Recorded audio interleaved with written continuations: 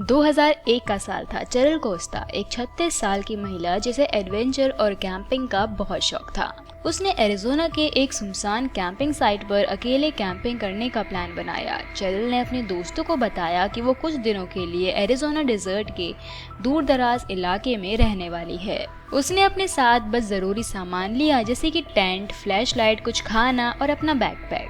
लेकिन ये ट्रिप उसके लिए आखिरी साबित होने वाली थी।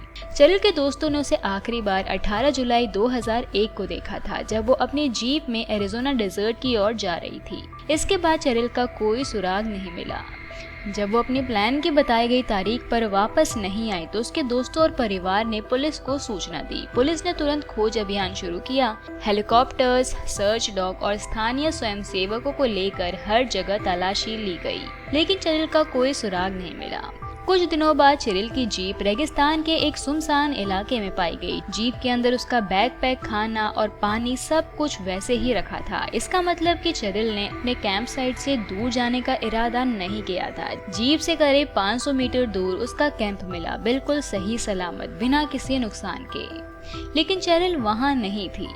उसका फ्लैशलाइट जमीन पर गिरा हुआ था और अब भी जल रहा था। जब पुलिस ने फोरेंसिक जांच शुरू की तो कुछ अजीब सुराग सामने आए, जैसे कि टेंट के आसपास कुछ फुटप्रिंट्स मिले जो चेरिल के साइज से काफी बड़े थे।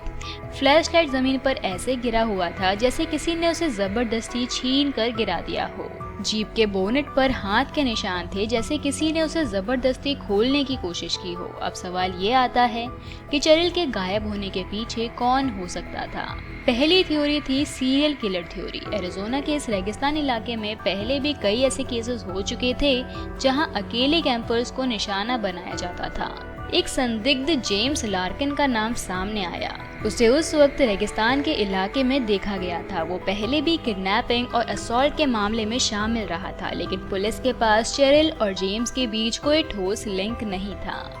दूसरी थ्योरी थी एनिमल अटैक थ्योरी। कुछ लोगों का मानना था कि चेरिल पर किसी जंगली जानवर ने हमला किया होगा, जिसके बाद उसकी बॉडी को घसीट कर ले जाया गया होगा, लेकिन फोरेंसिक टीम को किसी भी जानवर के हमले के निशान नहीं मिले।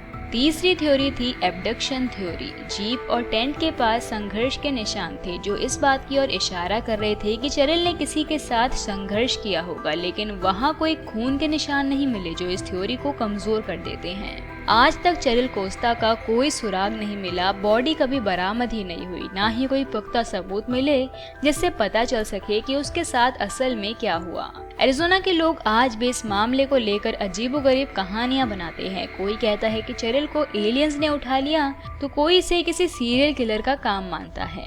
लेकिन पुलिस के लिए ये केस अब भी अनसुलझा है। चेरिल कोस्टा का गायब होना एक ऐसा राज है जो आज भी रेगिस्तान की रेत के नीचे कहीं दफन है।